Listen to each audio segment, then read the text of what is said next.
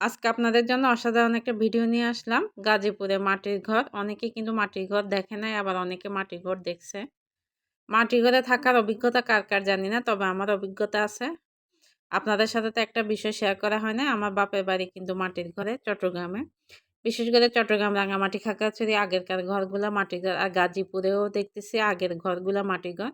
তবে এখন বেশিরভাগ ক্ষেত্রে নাই। কয়েকটা জায়গায় আছে যেগুলো খুব সুন্দর করে ডিজাইন করে রেখে দিছে। এখন মাটির ঘর যে কটা আছে এগুলো এখন ঐতিহ্যবাহী হয়ে গেছে। এখানে বিভিন্ন শুটিং হয়, নাটকের অভিনয় হয়।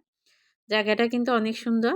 এটাই যে ভিতরের দিকে গেছে গাজীপুরে নিঝুমপল্লির ভিতর দিয়ে রাস্তা দিয়ে যাওয়ার পরে এই যে এখানে খুব সুন্দর কিন্তু মাটির ঘরগুলো কিন্তু খুব সুন্দর করে সাইজ করে একদম পরিষ্কার পরিচ্ছন্ন করে রাখছে। এখানে মানে বিভিন্ন ভাড়া দেওয়া হয়, শুটিংয়ের জন্য ভাড়া দেওয়া হয়।